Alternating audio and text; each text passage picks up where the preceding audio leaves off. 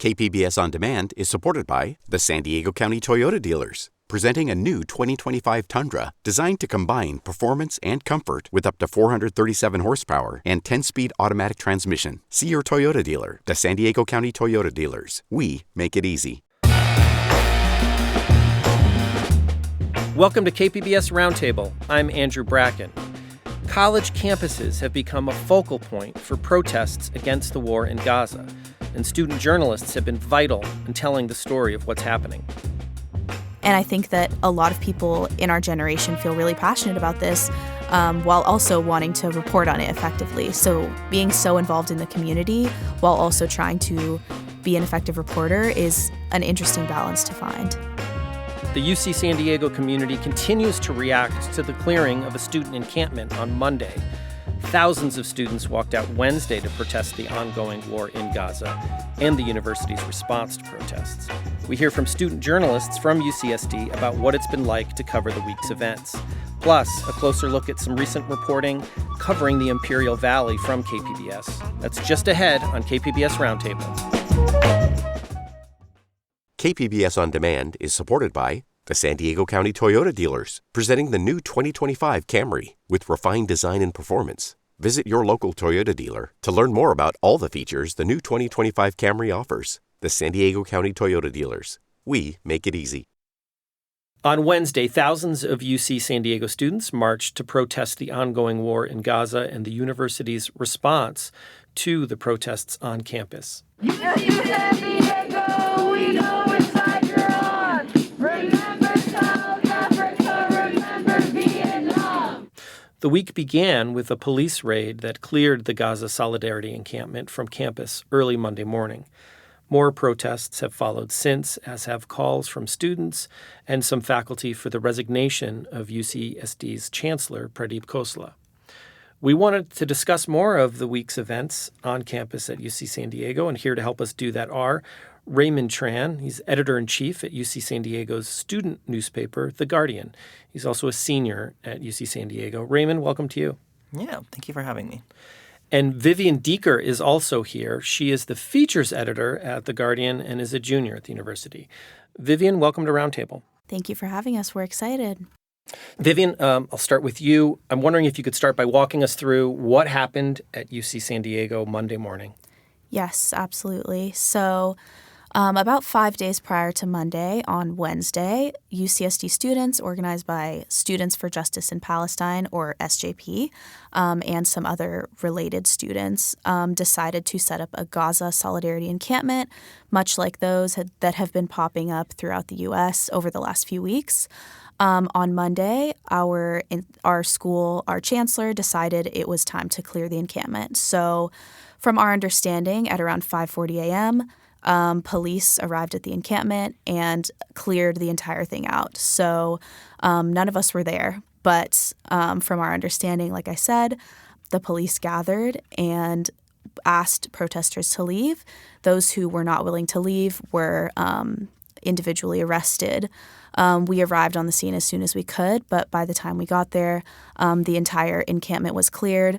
There were no students left in the area, and there was already a group of protesters trying to show the police their, distaste for what had happened. Raymond, I want to get your thoughts on what happened on Monday morning. Can you tell us, how did you first find out about it and what you saw when you arrived on scene there? Yeah, so leaving Sunday night, we had already been covering the encampment for, 5 days at that point. So I was like, okay, Monday morning, we're going to start back at it. We had been doing shifts, so I had set my alarm for 9 a.m. to get there sort of early.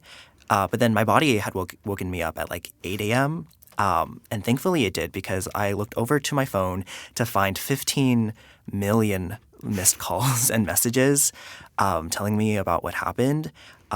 My initial reaction was my heart dropped. I was like, we always knew that the police raid was a possibility, and it was a high possibility.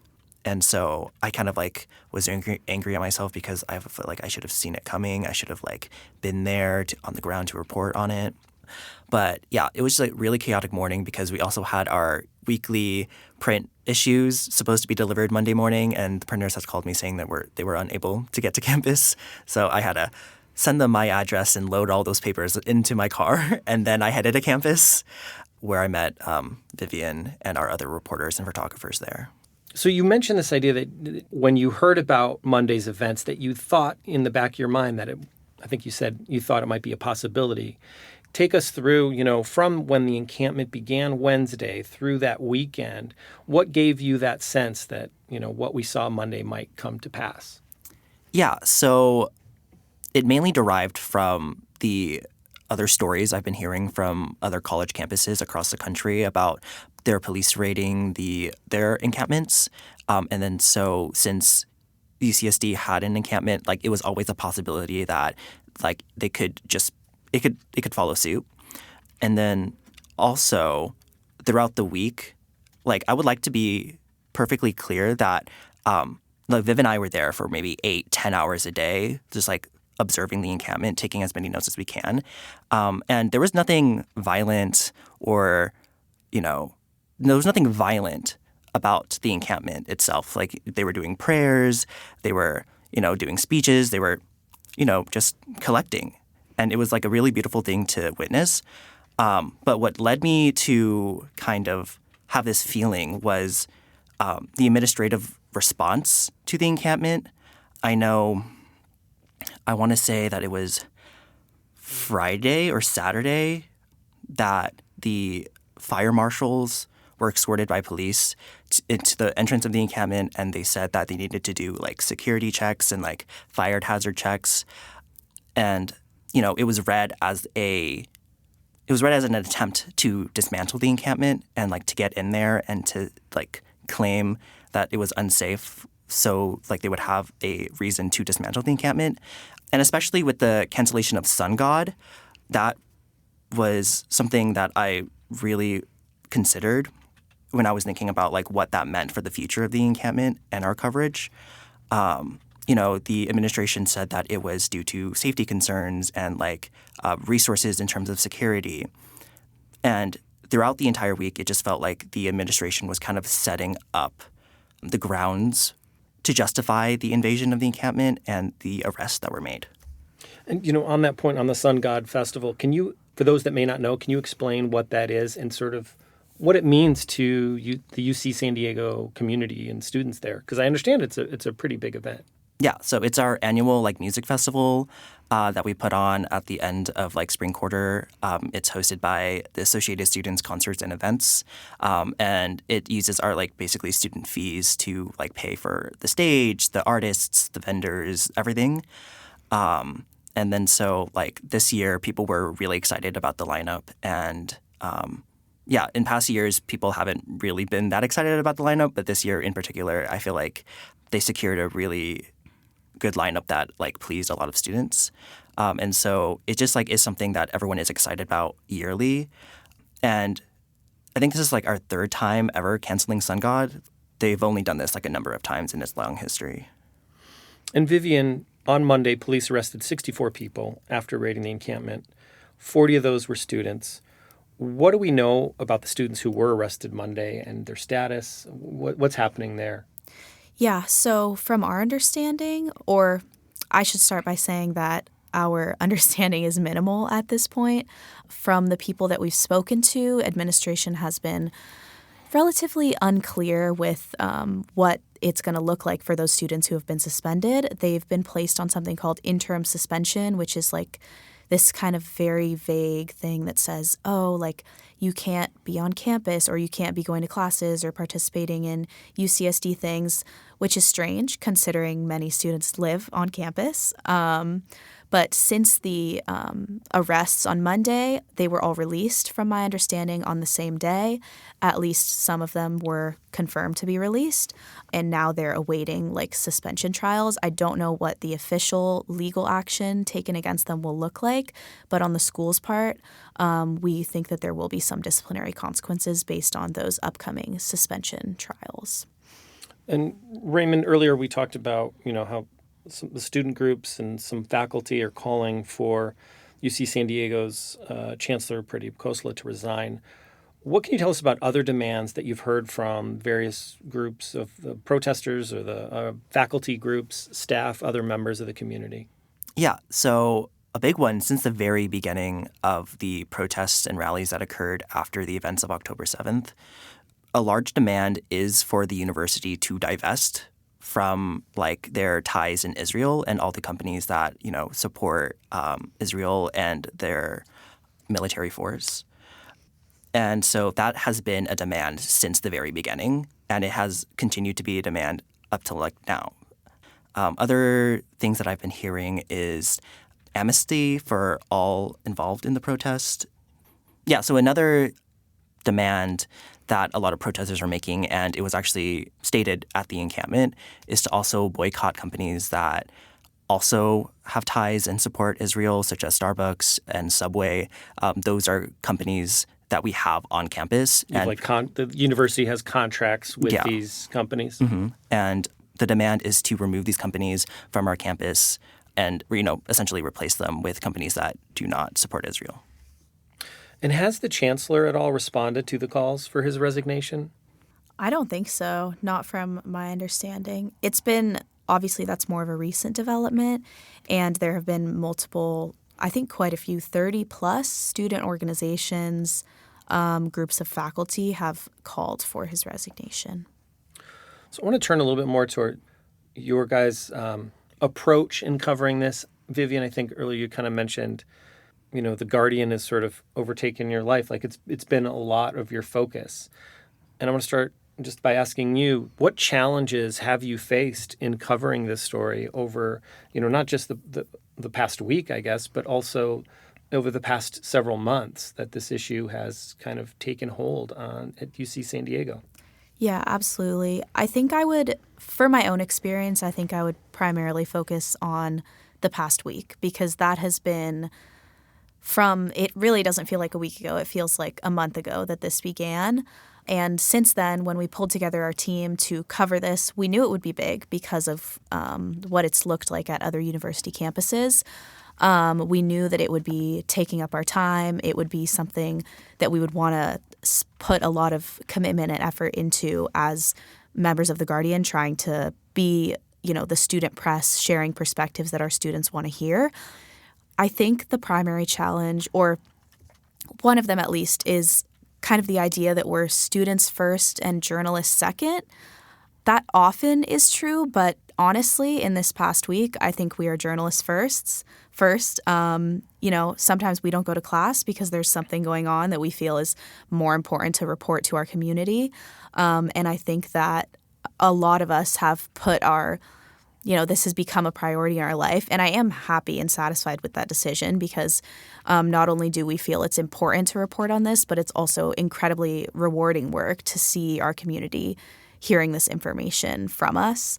The other challenge that I want to highlight is the separation between our personal beliefs and our ability to report on this issue. I think that a lot of us are walking the line between where and if we show support and our, capacity and willingness to be ethical journalists and, talk about this issue well, report on it, be present at the scene of protests without participating. And I think that a lot of people in our generation feel really passionate about this while also wanting to report on it effectively. So being so involved in the community while also trying to be an effective reporter is an interesting balance to find. And Raven, how about you and your role as editor-in-chief? Yeah, what's your take on what Vivian just said about her approach as, a student versus a reporter?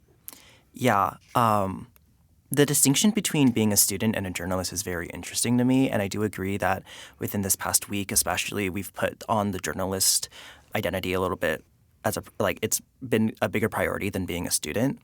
But I would like to also highlight that, being a student journalist in itself is an identity. And these events that are happening on campus, we are students at this campus, and this is our grounds for reporting. And it's very interesting to see and to experience something so important happening on our campuses that, that we are a part of intrinsically as a student, but also like as a student journalist, we have an interesting perspective because we know the community. These are our friends, our peers, our professors that are, doing this. And it's something so interesting to have as a position within all of this. I think being a student journalist specifically gives us a certain perspective in our reporting that other news organizations, they don't have because they aren't students. And Vivian, on that, I mean, how do you feel the Guardian's coverage differs from other media outlets? I mean, I think Raymond talked a little bit about, your insight to the community. Obviously, your commitment to getting student voices sounds like a priority. What do you think differs the Guardian's coverage over other reporting on the story you've seen this week? Yeah, I think that our insight informs our coverage, and then, or by that I mean, we choose to tell this story from the point of view of student journalists who live on campus, who are close to these people. So to us, that means a deeper, I think, more nuanced understanding of what is going on site. We, as Raymond said, we are on campus pretty much every day. In this past week, we were there every day at the encampment. We were there for every protest. We were there as early as we could be on Monday for the raid. We witnessed the counter-protest and pretty much everything else involved. Other reporters were there when they heard that things were happening. And I don't fault them. I don't think that it's any one news source's job to get every single aspect of something, but I think it's our job to do that. And I think we did that. And I think our goal was to be as, get as in-depth coverage as we could of this because it was so important to our students. And it's, it feels like the biggest, issue of student journalism that I myself have been involved in, and like we have the capacity to report on it in the way that we have. We were doing live updates for a while. We published almost every day something about it. We have the capacity, so why not try to get all the information that we can out to our peers?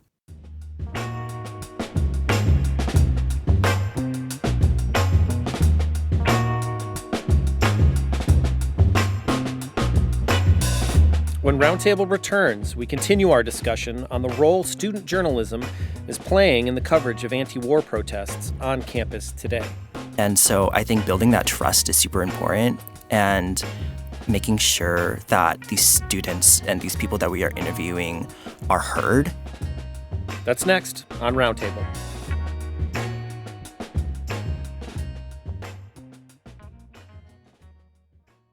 KPBS On Demand is supported by the San Diego County Toyota dealers, presenting a new 2025 Tundra designed to combine performance and comfort with up to 437 horsepower and 10-speed automatic transmission. See your Toyota dealer, the San Diego County Toyota dealers. We make it easy. You're listening to KPBS Roundtable. I'm Andrew Bracken. Today we're talking about the Gaza Solidarity encampment, which was taken down by police earlier this week. I'm joined by Vivian Deeker and Raymond Tran from UC San Diego's Guardian newspaper. Some members of the media have been told protesters may be unwilling to speak to media members or choosing to remain anonymous if they do. How has the Guardian's experience been hearing from student protesters? Yeah, so I think that protecting students is our number one priority when it comes to interviewing them and making sure that their voices are heard.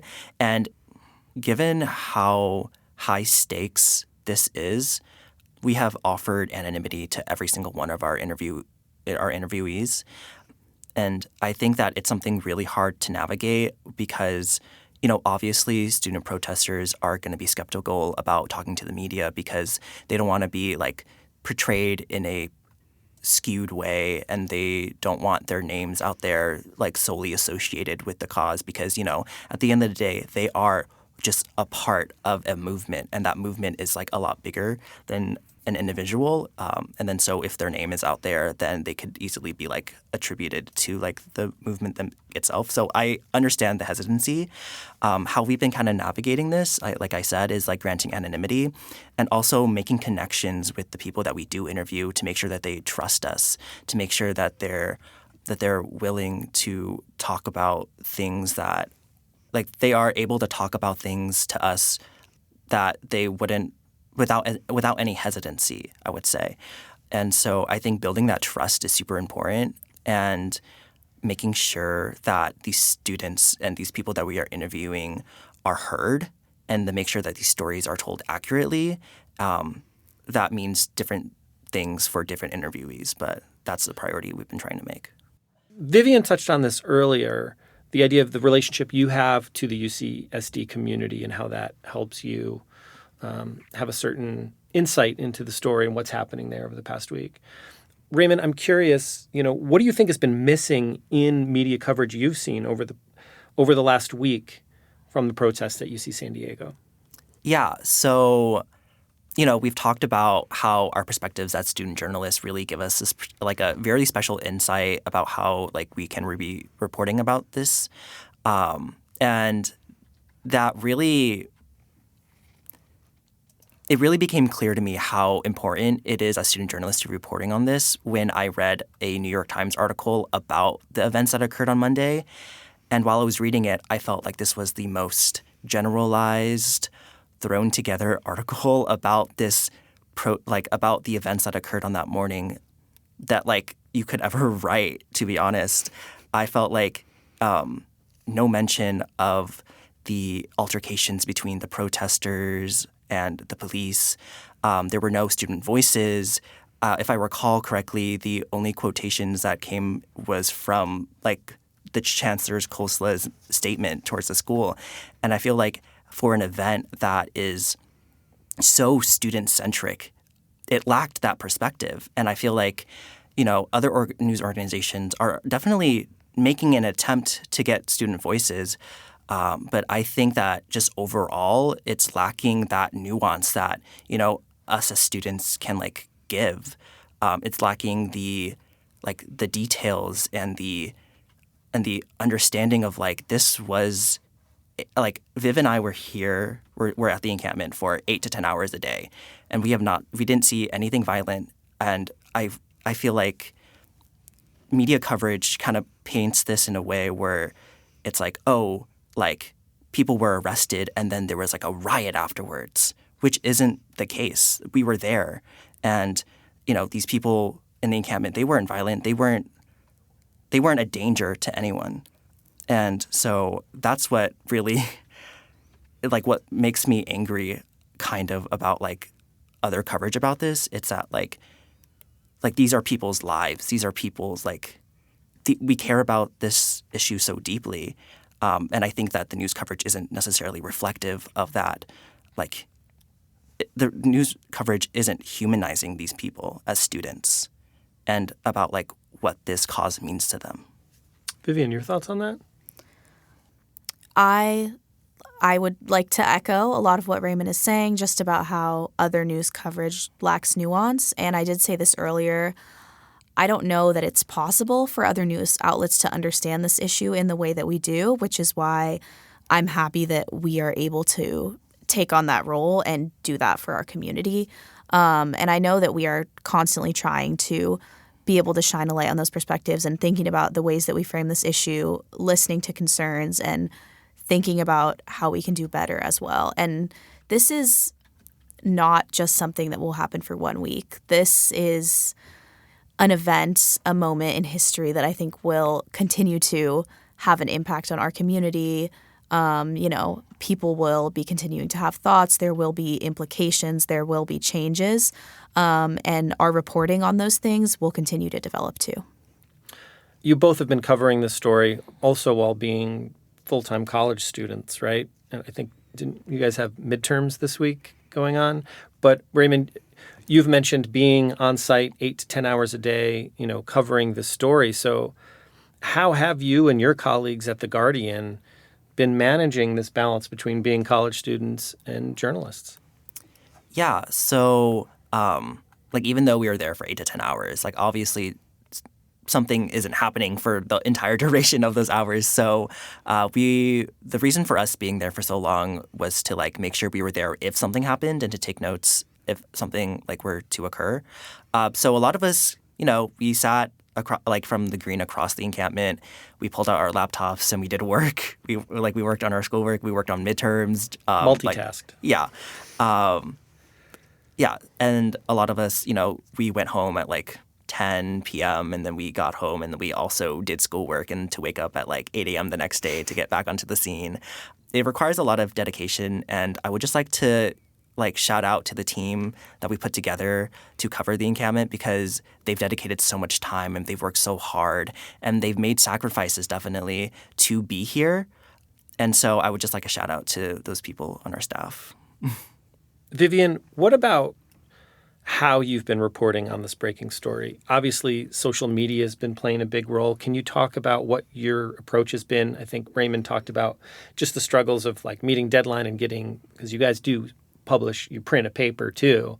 How have you been telling the story of the week? Yeah, absolutely. So since last Wednesday, I think our primary goal was to get things out as soon as possible. So I think we had suspected that something like this might happen at UCSD, and we wanted to have a team able to, work on that. So as soon as we saw that it happened, we pulled together a team. We got out our first article, or I think it was an Instagram post, as soon as possible. Since then, anytime that anything happens, we have writers on it immediately, and then we try to have a more in-depth explanation of those events that are happening later that day or the next day. So usually that looks like an Instagram post when things are happening, and then later a more in-depth article that has more of those nuances or more in-depth explanations of things that happened. I also think, like I said, we've done a lot of Instagram posts. That has been a primary method of us getting things out to our students. I don't know that they all read the paper, to be honest, or even the online version, but everybody's on Instagram, especially right now. We've had, honestly, a massive increase in engagement and following as well because of our ability to do pretty much live coverage of events that happen. Even just last night, there was an Associated Students vote on, their opinions on, or I think it was a vote of no confidence in the chancellor. We got that out as soon as we possibly could. So, every time something happens, we are on top of it. And on that social media, relying on social media to tell this story, I mean, what's your thoughts on where journalism needs to go to reach your fellow students, young people today? Where do you think that needs to go? Yeah, so I think that our social media presence is so important. Like Viv said, I'm not sure a lot of students are necessarily picking up our papers every week or reading our online version, but they are on Instagram. And social media is such an important place where mobilization occurs and where people are getting their information and sharing, videos and when protests are happening and information. And so making sure our social media presence is there and it's strong and information is readily available there is a priority that we've made during this process. We've had a lot of, from my experience, I've seen a lot of people repost our Instagram posts to spread information. And I think that is where kind of journalism needs to go, especially with this newer, younger generation where we are on social media and there is a way to transform whatever is on paper or on a website to a social media post to make it, more available and accessible to this generation. Vivian, anything to add? Yeah, I also wanted to say photography has been a huge part of our coverage, both on social media and online. We have incredible photographers with The Guardian who've been part of this team, also on site constantly. And I think that's another way that we want to tell these stories. So this week has been a pretty historic one for UC San Diego, as we've been talking about. And the story of the protest, it isn't over. I'm sure there's more to come, right? So what's next for this story for you both? Raymond, I'll start with you. I feel like what's next is always dependent on what happens next. I think a priority we're trying to make in terms of retroactive coverage is getting, the story straight about what happened Monday morning because, it was very early and there were little to no media people there to cover what actually happened Monday morning. So everything is testimonial. Everything is like hearsay. And so I think it is important to acknowledge that there is a gap in coverage like from like the UCSD Guardian and also other news organizations because no one was on site, right? And then so I think moving forward, I would like to kind of like fill that gap. I feel like we're in the talks of like kind of how we should do that. But that is something that we've been talking about. And I guess like moving forward when it comes to other protests and things, the most time-intensive part of it, I would say, is hopefully over because there's an encampment to keep watch of like 24/7. And so I guess what we need now is to be able to pick up and go whenever something does happen, like a protest and planning ahead. And yeah, I think we're in a good place, like as an organization, to be doing that. And Vivian, what about you? What will you be looking for following the story going forward? Yeah, I think Raymond highlighted that primary thing that we've been thinking about at least recently, which is telling this larger story of what happened on Monday and kind of larger community reflections on this entire situation. This week in like the kind of news facet of things, we're going to be reporting on student organizations, faculty responses to what happened. That's going to be in our paper this weekend and probably online as well. And then in the bigger picture, just kind of reflecting on how these events have impacted our student body, what our reporting has looked like, how it could maybe change, how it can be better, and just, continuing to try to be good journalists for our student body. I've been speaking with Raymond Tran. He's the editor-in-chief of UC San Diego's Guardian newspaper, along with the Guardian's feature editor, Vivian Deeker.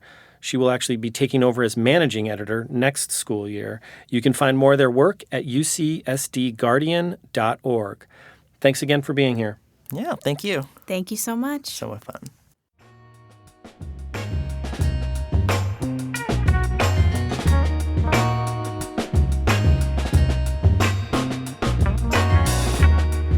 When we come back, we get the latest on KPBS coverage of the Imperial County, including more on a restoration project along the Colorado River.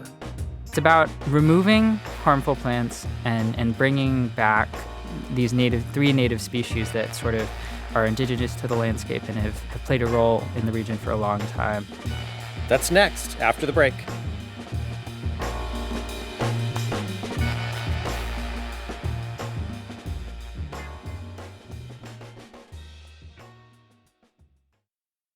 You're listening to KPBS Roundtable. I'm Andrew Bracken.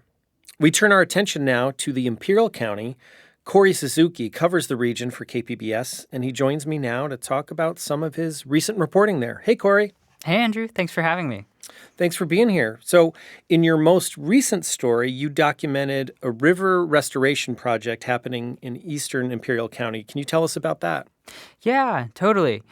Well, this restoration project, was a tree planting event. It was focused on putting these young saplings in the ground along the river. And this was happening on the eastern edge of Imperial County, kind of very close to the Arizona-California border.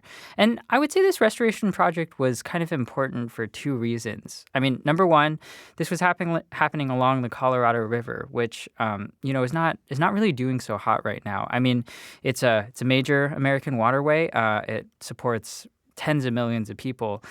But the river, I think the latest research shows that it's really continued to buckle under the strain of both climate change and also industrial, agricultural, and urban uses, the amount of people drawing water from the river. So there are a lot of discussions happening right now around all of the states that rely on water from the Colorado River. So that was sort of the first reason that this felt like a significant event. And then the second reason that I think it was important is that this effort, this restoration effort, is really being spearheaded by the Quitsan Indian tribe, the Fort Yuma Quitsan Indian tribe, which is one of California's tribes, also based both kind of on the California-Arizona border, so also an Arizona tribe. But the Quechan tribe's Department of Environmental Protection has been leading this restoration effort and has been trying to replant these trees and sort of bring back this more native ecosystem along the parts of the river where it passes through the Quechan Reservation. And the goal of this restoration effort was to put 700 trees in the ground the other week when I was there. This was all supposed to happen in one morning. And so, you were there watching this tree planting project. Describe what you saw. I mean, what stood out to you about being out there while they were doing this work? Yeah, well, the Quechan Reservation is right on the border of California and Arizona, like I mentioned. It's right where that state line kind of traces along the Colorado River. And the restoration project was sort of taking place kind of sandwiched on this strip of land between the river and the freeway, right where Interstate 8 bumps kind of up against the Colorado River. And so there was sort of the river on one side, the freeway on the other, and then on the other side of the freeway, all this farmland. There's a lot of land, both just kind of in the area near Yuma and also land on the Quechan Reservation that is leased out to farmers, both tribal and non-indigenous farmers. And so there are a lot of different kind of landscapes coming together at once. It's also very dry there in this sort of little strip of land where the restoration was happening, but that's partly because the environmental department of the Quechan tribe has gone through already and cleared out a lot of weeds and invasive brush, especially this bush called salt cedar, which kind of has these deep root systems and creates salty deposits, draws a lot of water from the area and kills a lot of plants usually. So volunteers were kind of showing up and sort of just moving down rows of this empty space where these weeds had been cleared out and planting these young trees in the ground, trees that were about like maybe a couple feet high. And this project, as you mentioned, it's trying to remove these invasive salt cedar fronds and replacing them.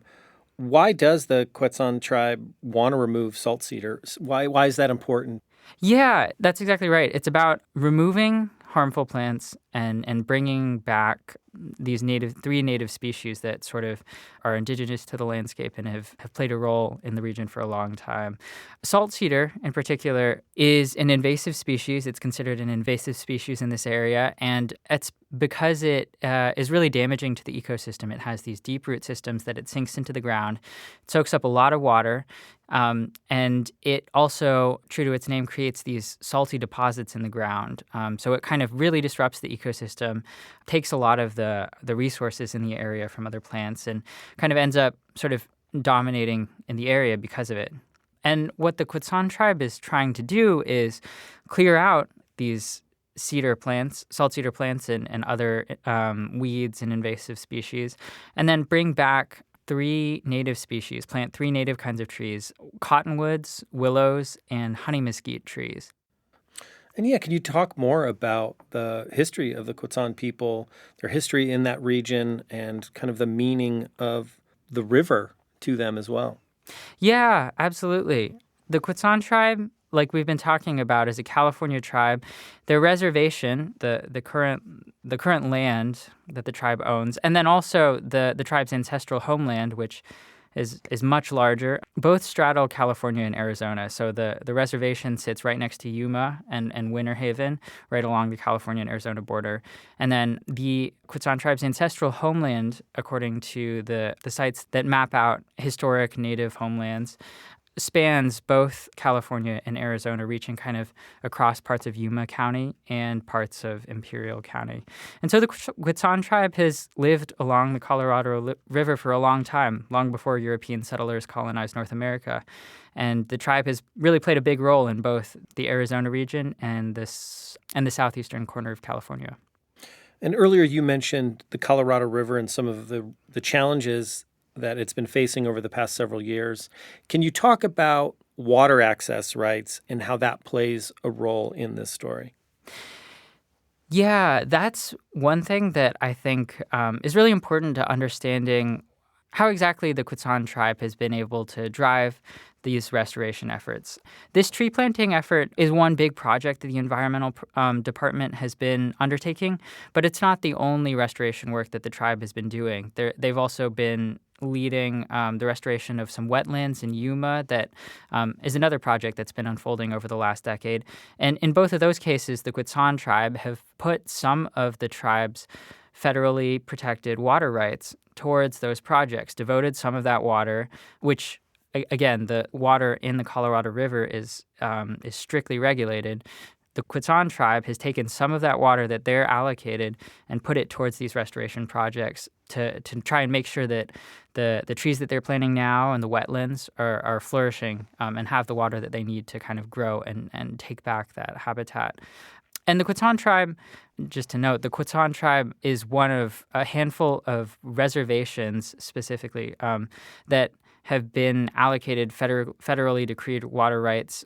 This stems back to a 1963 Supreme Court decision that made these rights enshrined into law. And so the tribe has that sort of protected right that also state governments and regional agencies have in many cases along the Colorado River.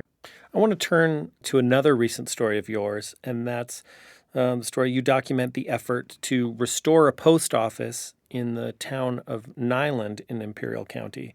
Tell us what happened there in 2022 and the story that's what they've been struggling with since, really, right? Yeah, absolutely. Well, Niland is a small town on the north end of Imperial County. It sits sort of right at the intersection of the railroad and the State Route 111, which is one of the main highways in Imperial County. And this town has kind of been through a lot recently. It's sort of the population has been falling for a while.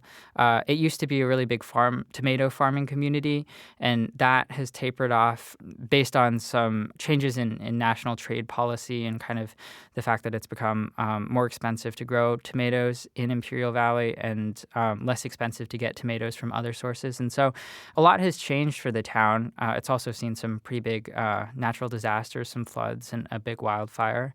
And then 2 years ago, in 2022, the town's post office burned down. This was a smaller fire. It was specific to the post office. But when the building burned down, what it meant was that this small town of which a majority of residents live below the poverty line, and many people are older and don't have access to cars, were completely cut off from daily access to the mail. And the Postal Service said that they would reopen it as soon as possible, that they would do their best to check out the building and see what they could do next. But in the 2 years since that's happened, residents have still not received any concrete updates on when that's going to happen. And today, as we sit here, the post office is still closed, and residents still do not have daily access to things like medication and paychecks, groceries that are delivered through the mail, all of these kinds of essential goods and services that are delivered through this service that is completely cut off on a day-to-day basis. And that community's efforts to get their post office reopened is now getting the attention of some California lawmakers in Washington, D.C., right? Yeah, that's right. And that's a really important point, which I'm glad you brought up, that residents of the town have spent the last 2 years fighting really hard to get their post office opened.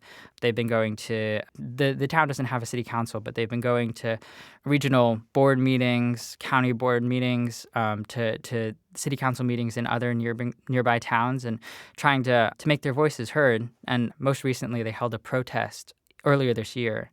And to many of the residents, all of that has sort of not been heard by the post office. But it was heard last month by some of California's top lawmakers in Washington, D.C. Senators Alex Padilla and LaFonza Butler and member of Congress Raul Ruiz, who represents Palm Desert, sent a letter to the Postmaster General, Louis DeJoy, a few weeks ago. And they said that the ongoing closure of the post office in Niland specifically was unacceptable. The fact that it had lasted so long and that it had been depriving the residents of this town of this essential service and had been forcing some residents to drive more than 50 miles to pick up their mail. And they said that it was really important that the Postal Service move quickly to reopen this location, to do whatever it took to restore daily service to Niland. And has there been any response thus far to that letter? I can't answer that question at this point. It's possible that the Postal Service has responded to California's lawmakers. When we reached out to the Postal Service to get a comment for our story, they said that they didn't have many updates to share and that they would be responding to the lawmakers' letters directly. So the Postal Service has not so far been the most willing to talk about the situation. I'm sure there are a lot of conversations happening about what is going to happen next. But at this point, as far as we know, it's still up in the air. So still no post office for the people of Nyland yet. That's right. Still no post office. So, Corey, before I let you go, you're also working on a new two-part series about the lithium industry and its potential impact for the Imperial Valley. What can you tell us about that? Yeah, thanks for asking, Andrew. I think what I would say is that throughout the conversations that I've had as I've been reporting these different stories, kind of starting to pick up this beat of reporting for the Imperial Valley, which I'm still new to, lithium has been something that has really been hovering around the edges of every conversation. Even if it's not something that we've been talking directly about, it is something that is very clearly at the back of a lot of people's minds. And I think that just the fact that has come up in so many different conversations, in the conversations with the different people that I spoke to about Nyland's post office, in the conversations that I spoke to that I had when I was reporting the story about the Quitsan tribe's restoration efforts. Lithium is something that a lot of people are thinking about, and that for good reason. I mean, the state and major companies are paying really close attention to this too, and there's a lot of momentum around it. So I think that taking a look at that and finding a new way to represent the ways that people are feeling, that residents of the Imperial Valley are feeling about what this change could bring and what it could mean in terms of daily life and how it could actually make a meaningful change for many people, if at all, I think is something that I've heard on a lot of people's minds, and is something that we're hoping to get deeper into in this story, and hopefully to try and share some answers as best we can with all the uncertainty that is still here around what exactly the industry and this change is going to mean. And again, lithium is, as I understand it, something pretty integral to a lot of green energy, a lot of the sort of energy of the future that we're moving towards. And potentially there's a lot of it in Imperial Valley. Is that basically what they're struggling with this potential industry taking hold there? Yeah, that's exactly right. Over the last few years, something that has come into focus, what's come into focus is that there are these vast reserves of lithium, like you said, this mineral that is a critical component of lithium-ion batteries, which power, electric cars, all kinds of other different energy storage devices, that there are large reserves of this mineral underneath the Salton Sea dissolved in the geothermal brine that is stored there. And that is something that the state of California, at the highest levels, the governor, Gavin Newsom, and major companies like Berkshire Hathaway and Controlled Thermal Resources are interested in trying to find a way to extract.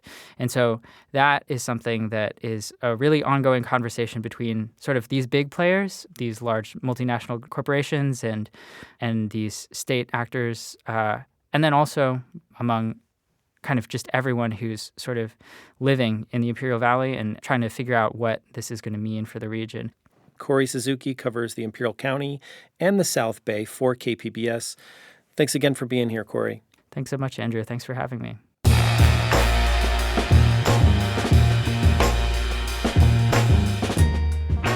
That'll do it for the KPBS Roundtable this week. I'm your host, Andrew Bracken. We'd love to hear from you. If you have show ideas or any comments for us, you can email us at roundtable@kpbs.org. You can also leave us a message at 619-452-0228. And we'll see you next time on the KPBS Roundtable. Thanks so much for listening.